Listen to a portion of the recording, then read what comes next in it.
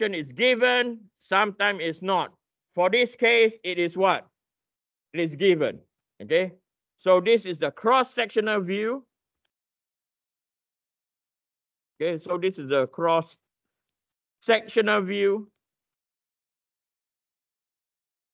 And what it states that this is the X and this is the Y value. So you have to visualize how is this in 2D transfer to what?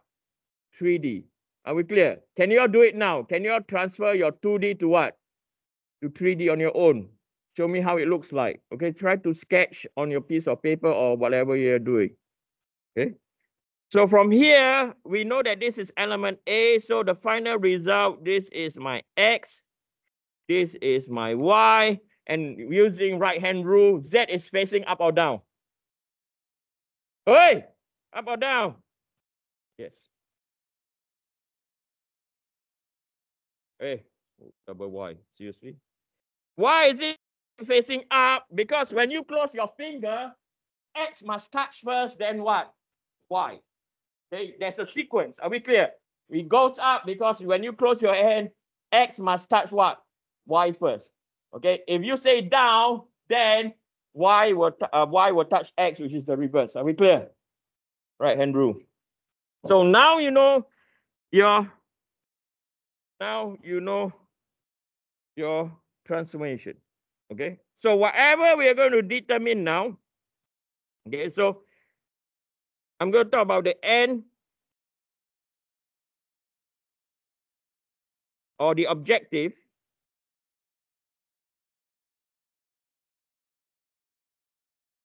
So if we look at our objective now, okay, so this is our element A.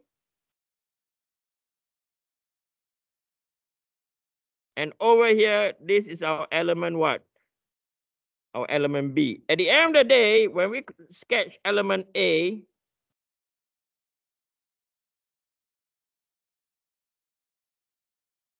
this is what we will see. And then when we sketch element B,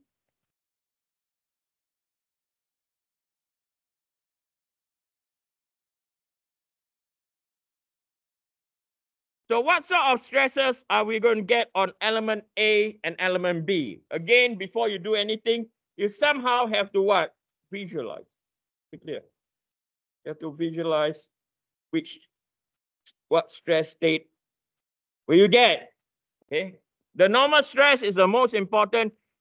So anyone want to tell me, are we going to have, if this is our transformation for both elements,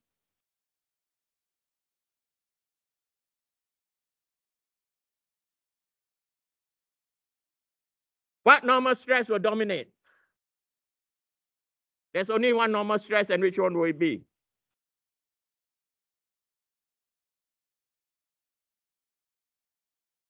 Hey?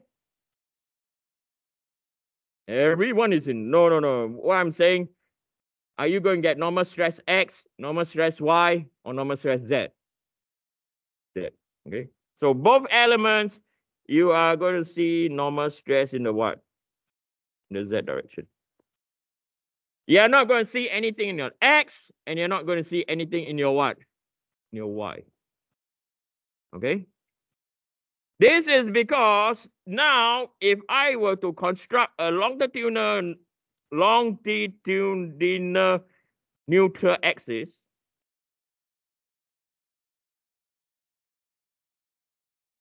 it will look like this.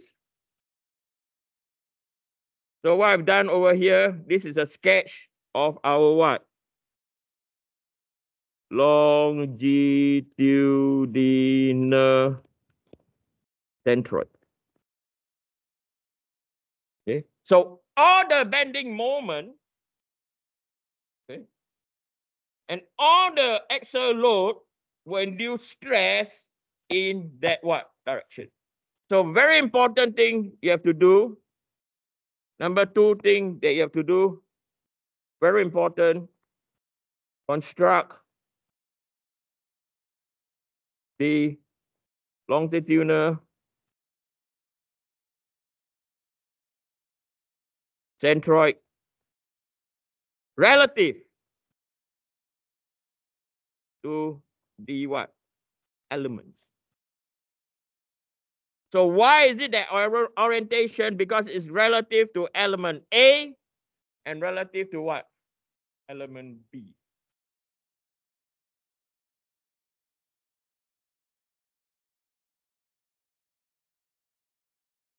Question so far from anyone? Okay. All right. So in terms of shear, we know, okay, what we will get is we are likely to get shear in this direction, okay, or shear in this direction, either way. Okay, so the shear, so this shear is shear xy, which is equal to shear yx. The other one is shear, wrong. This is shear xz is equal to shear zx. Okay. For this case, is the shear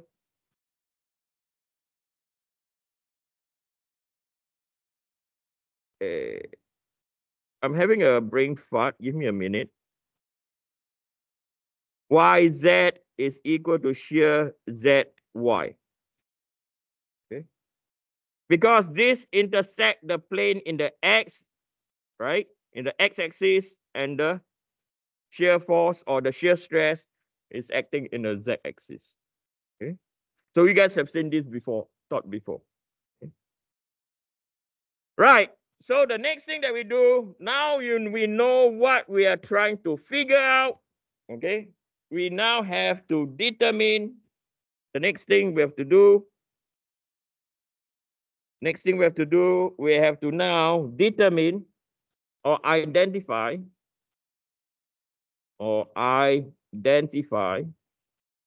Yes.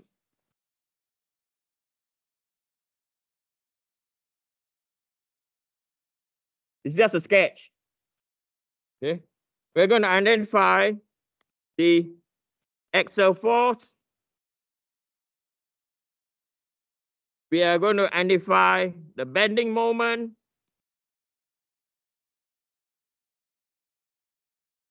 We are going to identify the torque. And then we are going to identify the shear force. The one that student has most problem is the what? Is the bending moment. Okay. Yes, sir.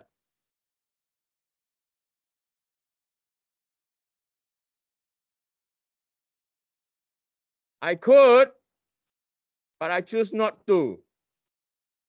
If I throw him buckling, I say all of us walk out from this place and just get an F and we all go home. Okay, but you are right. You have to consider what? Buckling.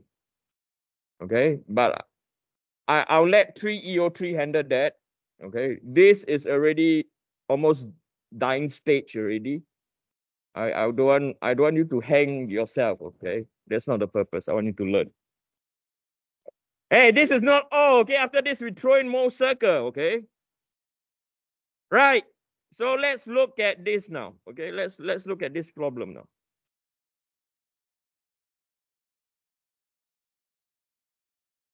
So from here, we have to break it down into what? What are your axial forces? What is your bending moment? If there's a torque, or what are your shear forces? Okay. Draw our transformation.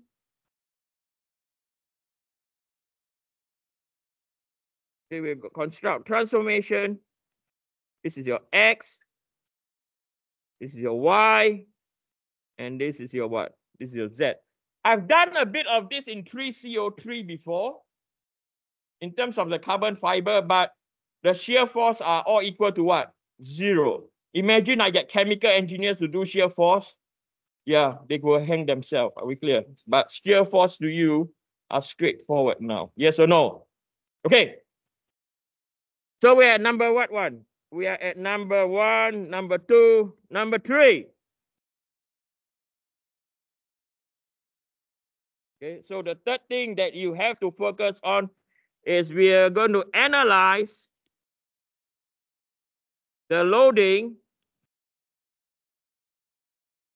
in a 2D world. Why 2D world? Because your paper is 3D or 2D? 2D.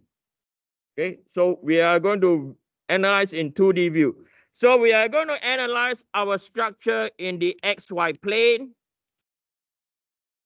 We are going to analyze our structure in YZ plane. And we are going to analyze our structure in the XZ what? Plane. Sometimes you have to analyze the entire 3 planes. Sometimes 2 is sufficient. Are we clear? Okay. So let's pick a plane that we're going to analyze. The plane we're going to analyze, you draw the transformation. And then this is your X and this is your what? This is your Z. So this we are going to analyze in our XZ plane. So while analyzing our XZ plane, the next thing we do is we're going to construct our XZ plane. Okay, so you have to visualize. In your first year, do you all take engineering drawing? What is a front view? What is a plan view? What is an end view? Yes or no? We're going to apply all those in a simple way. Okay, right. So we're going to do this first. So this is our structure. It's just a sketch, okay? And then we know structure is built down at the bottom. We are aware that we have dotted lines. And then using a different color, you call this your element B. And then there's a one over here. This is your element what? Element A. Now, this is based on, I'm attempting to solve this question because that is where the question wants me to solve. Okay. In real life, you were what? You were analyze the stresses at where? At the ends over here. Are we clear? In real life. Because that is where what? Failure will occur. That's what your co-op is all about. No more questions like this. Find the freaking problem. Are we clear? Okay, so this is just a paperwork exercise. Once you draw a view like this, immediately at the same time, construct your centroid. Okay, immediately construct your centroid relative to the elements. So this is my centroid. And this centroid is very, very, very important. Okay. After that, you put in your what? You put in your forces. Okay. So I'm aware that I have a force coming here. And this is twice times 8 kilonewton. Yes. And then at this view, I have a load coming down. And this is at 100 kilowatt Newton. And then from another point of view, there's a load coming here. So 1, 2, 3, 4. This is doing with 25 times 10 to the power 3 Newton.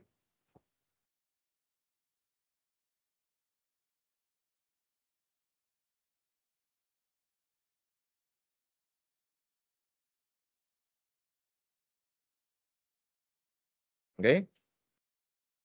So at this stage, I think I wrote this before. At this stage, ignore, do not. This is rule number 4 or procedure number 4. Do not analyze the dots and crosses. Okay. Do not analyze the dots and what? Crosses. Okay. So now the first thing that we do, we define what is our, this is our rotation about y. It's important to put in the rotation about y. Okay. So the next thing that we do, we are going to look at forces. Okay. So we can see that Px or Pz is going to be equal to minus 100 times 10 to the power 3 Newton.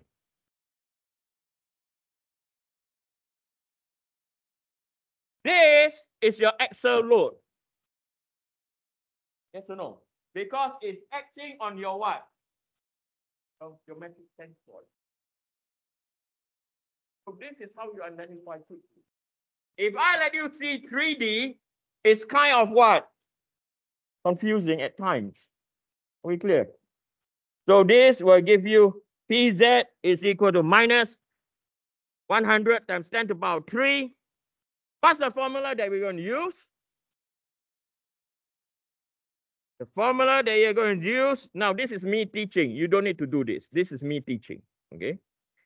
Formula you're going to use is stress Z is equal to PZ over what? Over A. So when that's the case, element A and element B, the stresses will be what? Negative. Compression, for crying out loud. Are we clear? Have all this information down